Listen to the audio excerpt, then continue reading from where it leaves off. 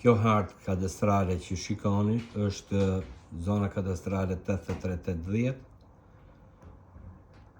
dhe në qendër ndodhet sheshi ndërtimit dhe nëse dalloni është dhe me fotografi satelitore që duket njolla e ndërtimit dhe dallohet sipërfaqja 446 m2 e në numër pasurie 1439 edhe sipërfaqe 74 m2 me sipërfaqe me numër pasurie 1440. Ndërsa me numër 115 është numri i pasurisë së rrugicës. Ju shikoni, rrugica është përvetësuar nga privati dhe është krijuar një numër i ri pasurie. Po të thoni ju si ndodhi kjo? E rëndësishme për mua është që po të shikoni njollën e pallatit, njolla e pallatit nuk prek në rripin 1440, që do të thotë që prona 1440, 74 m2, familje Seta ndodhet jashtë sheshit ndërtimit. Tash do t'ju tregoj historinë e këtij akti korruptiv. Ky është vendimi që ka vendosur saksimin e sipërfaqes pronës paditëses dhe bashkëpronarëve në regjistrat kadastral dhe ka bërë nga 520 e ka bërë nga 446 e ka bërë 520 m2. Po si ka ndodhur kjo, do thoni ju?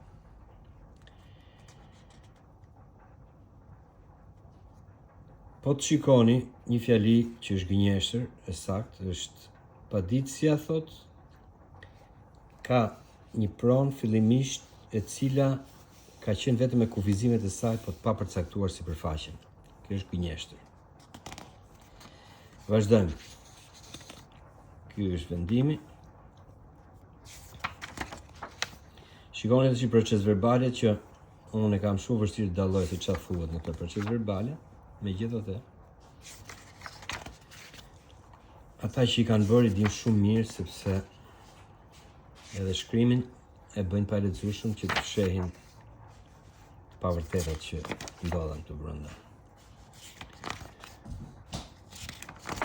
Kjo bëhet në bazë të një akti ekspertimi, i cili është kryer në momentin që në vendin ku pretendohet trulli ka qenë shesh ndërtimit dhe kishin filluar punimet e ndërtimit të objektit. Pra në datën që shikoni, datë seance 26/4/2004, ndërkohë që punimet kishin filluar që në fillim të vitit 2004, shikoni Petrit Kullolli, akt ekspertimi që tregon që ka bërë hartë, ndërkohë që gjithë kjo që është sheshi ndërtimit ka qenë pa kufi, se ishin prishur me vendim prishje të bashkisë, dhe gjithë akti ekspertimit është baza e gjithë kësaj sajese për trull 74 m2 që pretendohet edhe sot dhe mbahen të rrethuara jo në bazë të regjistrimit, por sipas qefit të atyre që kanë pushtuar. Shikoni tash. Në vendim gjyqtarja thoshte që trulli ka vetëm kufi dhe nuk ka përcaktuar sipërfaqen, ndërsa në pjesë e dosjes është një vërtetim i nxjerrë nga kadastra që thot 446 m2. Gënjeshtër pra. Tjetra thot, është i vlefshëm për gjykat ky vërtetim, ndërkohë që këtu duhet të ishte inskriptimi i shpëtim bimës, sepse në mars është bërë edhe kontrata e fundit me pronarët e trullit dhe është bërë regjistrimi, inskriptimi në favor të ndërtuesit.